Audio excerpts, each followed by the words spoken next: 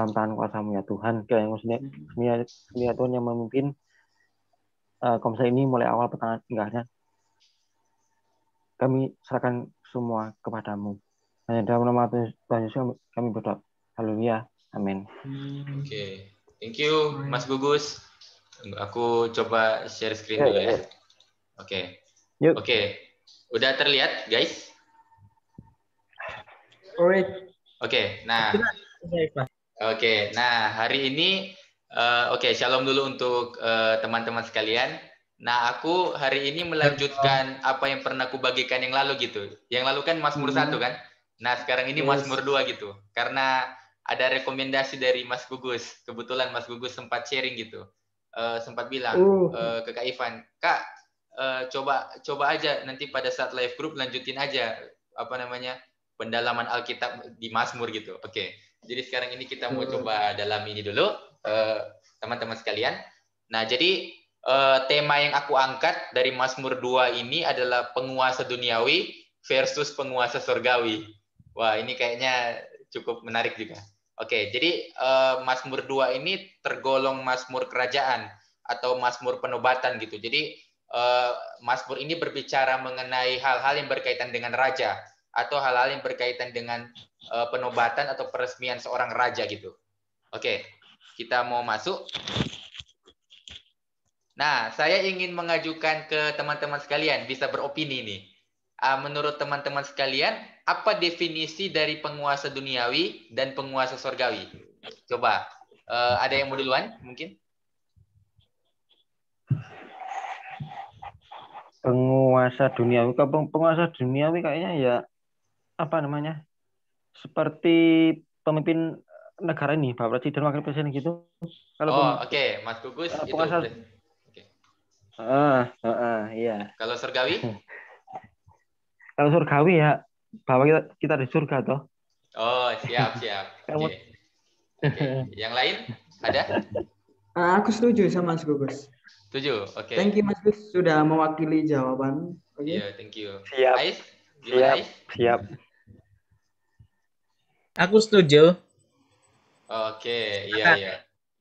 Oke, thank you untuk jawaban teman-teman sekalian. Nah, ada pertanyaan berikutnya gitu. Nah, pertanyaan berikutnya gini. Jika harus memilih, ini misalnya kita harus memilih gitu. Manakah yang akan teman-teman ikuti? Apakah penguasa duniawi atau penguasa surgawi? Kayaknya ini udah jelas itu. Penguasa surgawi. Surgawi lah. Surgawi ya? Oke. Nah, sekarang kita mau coba bahas Mazmur pasal 2 ini. Nah, ini merupakan struktur pembahasan nanti. Jadi yang akan kubahas itu ada 4 bagian gitu.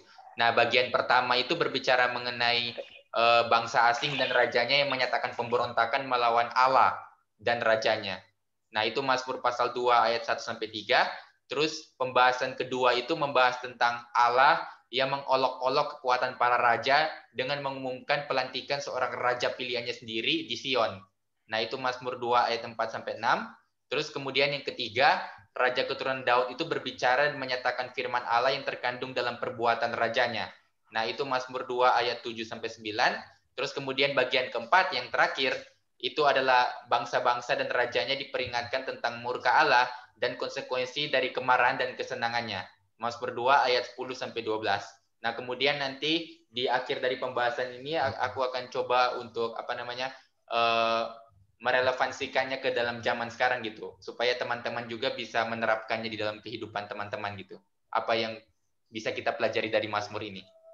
Oke, kita masuk kepada bagian pertama. Nah, di dalam bagian pertama ini pemazmur itu, kayaknya kita harus baca dulu ini supaya jangan sampai nggak lihat teksnya. Oke. Jadi kayaknya pembacanya gini aja. Mazmur ayat 1 nanti boleh minta tolong Mas Daniel. Terus ayat 2 Ais, ayat 3 Mas Gugus. Terus ayat 1 terus seterusnya diulang. Oke. Raja yang diurapi Tuhan, Mazmur 2 ayat 1. Mengapa rusuh bangsa-bangsa, mengapa suku-suku bangsa mereka-reka perkara yang sia-sia. Ayat 2. Raja-raja dunia bersiap-siap dan para pembesar bermufakat bersama-sama melawan Tuhan dan yang diurapinya. Ayat yang ketiga, marilah kita memutuskan belenggu-belenggu mereka dan membuang tali-tali mereka daripada kita. Oke, ayat 4. Dia yang bersemayam di sorga tertawa, Tuhan mengolok-olok mereka. Ayat 5. Maka berkatalah ia kepada mereka dalam murkanya dan mengejutkan mereka dalam kehangatan amarahnya. Ayat 6. Akulah yang telah melantik rajaku di Sion, gunungku yang kudus. Ayat yang ketujuh, aku mau menceritakan tentang ketetapan Tuhan. Ia berkata kepadaku, anakku engkau telah kuperanakan pada hari ini. Ayat 8. Mintalah kepadaku, maka bangsa-bangsa akan kuberikan kepadamu menjadi milik pusakamu, dan ujung bumi menjadi kepunyaanmu. Engkau akan meremukkan mereka dengan gada besi, memecahkan mereka seperti tembikar tukang periuk. Ais? Ayat 10, Ais.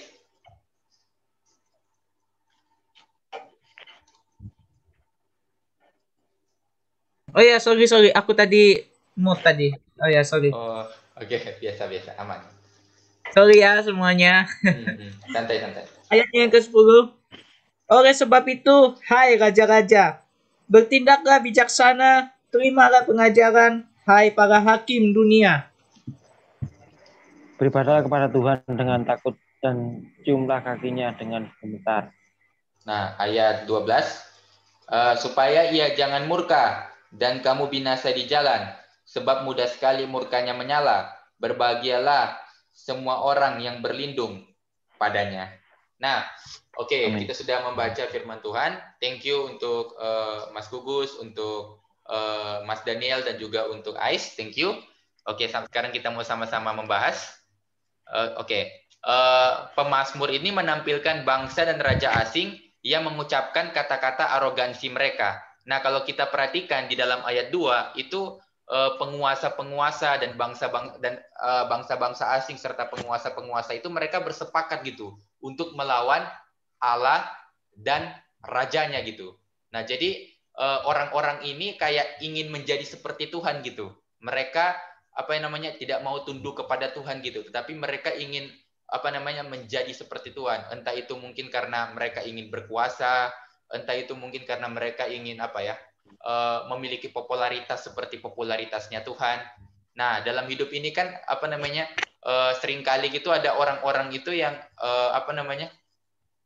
kayak ingin menjadi seperti Tuhan gitu. Kalau kita lihat di dalam kitab Kisah Para Rasul pun itu ada kan, yang Herodes itu kan, yang dia ingin menjadi seperti Tuhan dan akhirnya dia ditampar oleh malaikat Tuhan dan mati kan, itu kan ada kisahnya itu kan. Nah, terus juga kan ada juga kisah-kisah dalam hidup ini kalau teman-teman suka sejarah. Nah, kaisar-kaisar Romawi itu mereka adalah kaisar-kaisar yang suka dipuja gitu. Jadi kalau mereka nggak dipuja maka akan dianiaya gitu. Nah, jadi mereka itu mengendaki supaya umatnya itu menyembah mereka gitu. Jadi dalam hidup ini banyak orang itu ingin menjadi Tuhan gitu. Seperti itu. Nah, tetapi perlu kita ketahui bahwa otoritas penguasa-penguasa ini sebenarnya karena mereka itu adalah raja gitu. Dan raja itu punya kekuasaan dan otoritas gitu. Misalnya Raja Inggris. Raja Inggris itu pasti punya kekuasaan dan otoritas atas Inggris kan. Nah, misalnya kalau di Indonesia kan bukan pakai raja kan, tapi pakai presiden gitu. Tadi seperti yang sudah disinggung oleh teman-teman sekalian, penguasa duniawi itu yaitu presiden juga gitu. Nah, kalau di Indonesia presiden yang punya kuasa dan otoritas gitu atas Indonesia gitu. Nah, yang punya kuasa dan otoritas atas dunia ini itu semua sebetulnya adalah Tuhan. Nah, ketika ada orang-orang yang berkuasa di dunia ini, sebenarnya kekuasaan mereka itu hanya sifatnya itu mereka yang tentukan kan. Tetapi sebenarnya kan segala sesuatu itu adalah milik Tuhan gitu kan. Nah, jadi sebenarnya kekuasaan itu milik Tuhan gitu. Nah, dan Tuhan itu menunjuk seorang raja baru gitu.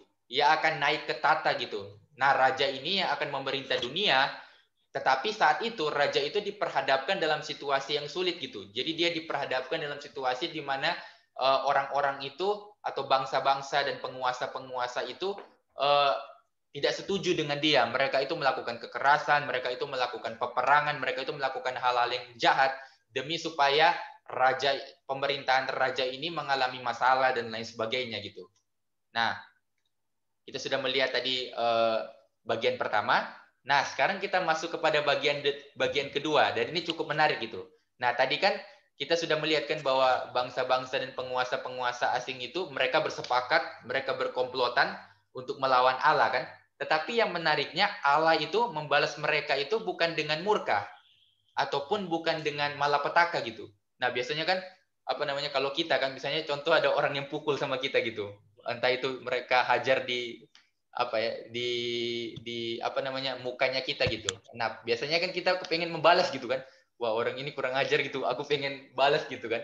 Atau mungkin ketika ada orang yang berbuat jahat kepada kita, kalau perspektif orang-orang duniawi kan biasanya kan kita harus balas dia gitu. Seperti itu. Jadi kayak gigi ganti gigi, mata ganti mata gitu.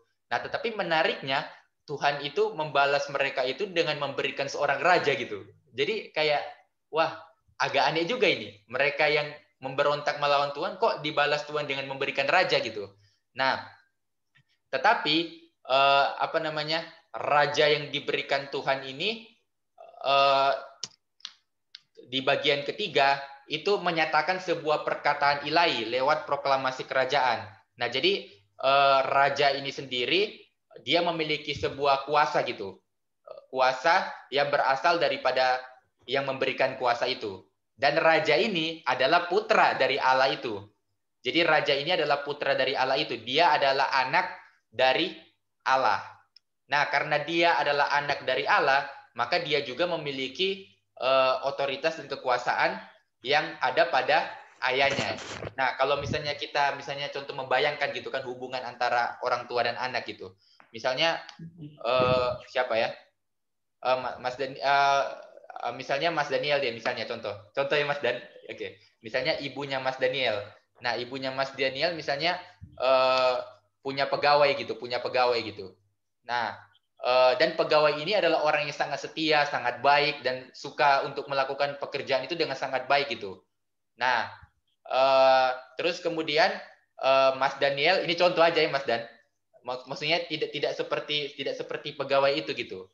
Nah, apakah ibunya Mas Daniel itu akan lebih sayang pegawai itu daripada Mas Daniel? Nggak mungkin kan gitu. Pastinya kan anaknya yang akan lebih disayangi kan gitu. Nah, itu. Jadi kayak sekalipun ada orang-orang yang berpotensi di luar sana yang bekerja kepada kepada Allah kepada Allah gitu misalnya gitu kan. Tetapi anaknya itu yang akan menerima kekuasaan dan otoritas, bukan orang itu gitu. Nah, jadi anak itu memiliki hak yang istimewa gitu ketimbang yang bukan anak gitu. Nah, hak istimewa ini apa?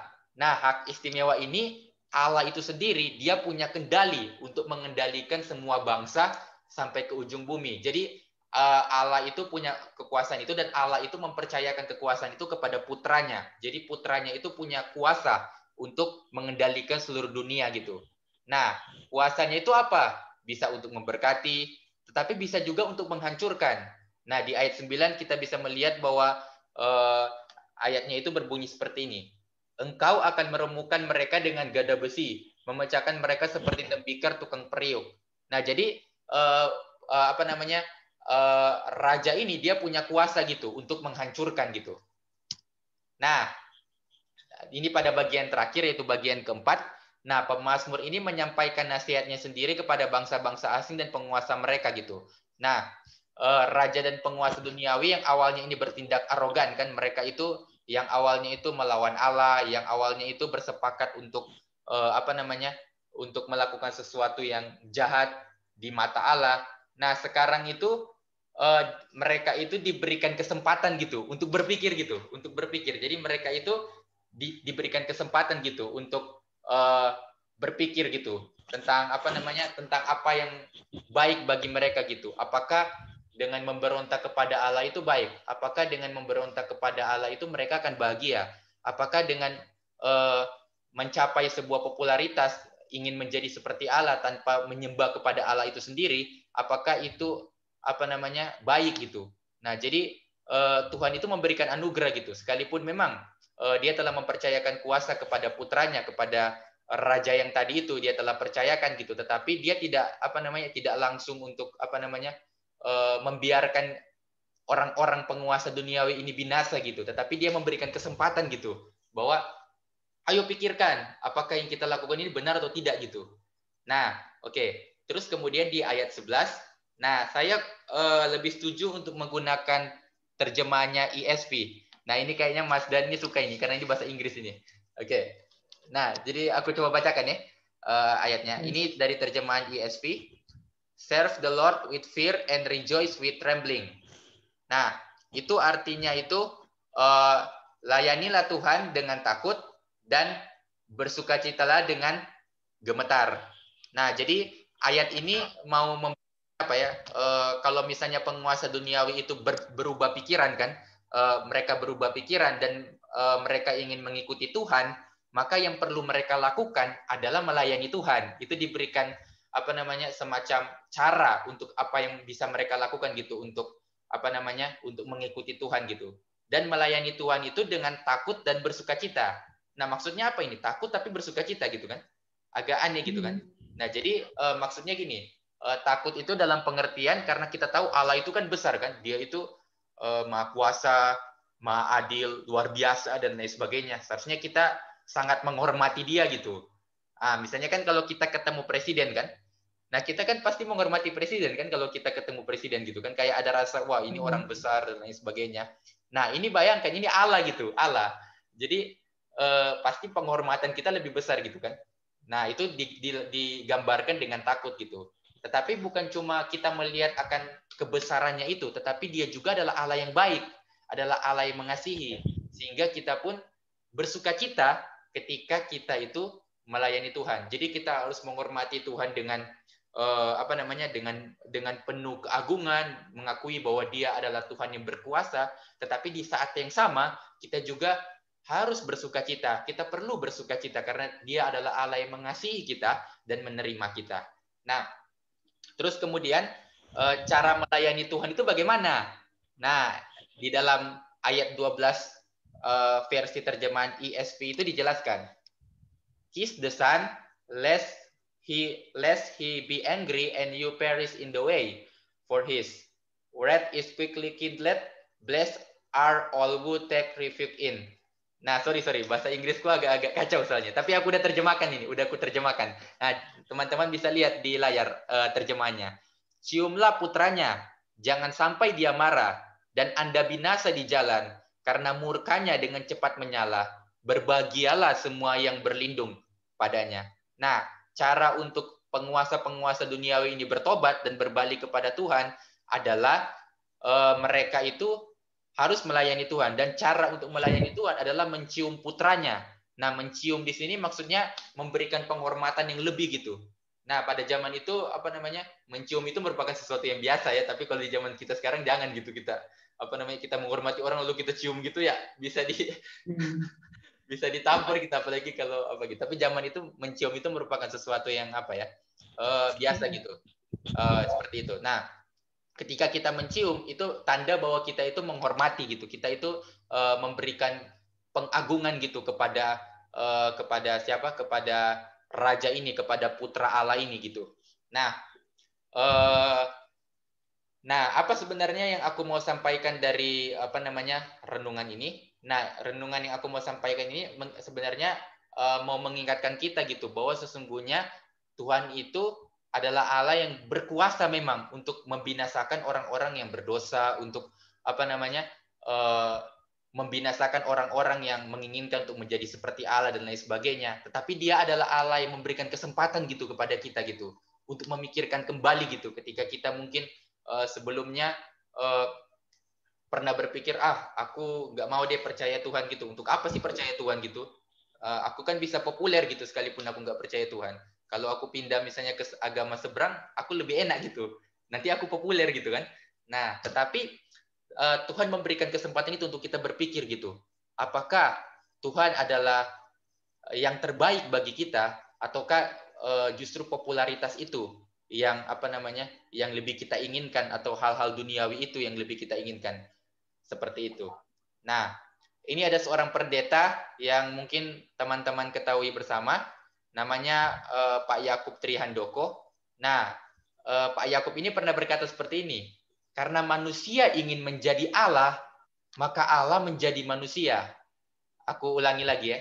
Karena manusia ingin menjadi Allah, maka Allah menjadi manusia. Nah, jadi ketika manusia itu ingin menjadi Allah, Allah tidak langsung murka gitu, kayak kamu binasa, kamu hancur, hidupmu pasti berantakan, kamu langsung masuk neraka dan lain sebagainya. Tidak, tetapi justru ketika manusia itu berdosa, Allah bermurah hati gitu. Dia mau menjadi manusia, dia mau datang ke dalam dunia, hidup sebagai manusia, menanggung dosa umat manusia, menderita, serta bangkit. Dia menunjukkan kasih yang tidak pernah ditunjukkan oleh siapapun juga gitu. Bayangkan, Allah yang luar biasa itu menjadi manusia yang seperti kita gitu. Rasanya itu kalau aku pikir nggak make sense gitu. Kayak kok bisa gitu Allah mau melakukan hal yang seperti itu gitu. Dia mau begitu bermurah hati kepada kita gitu.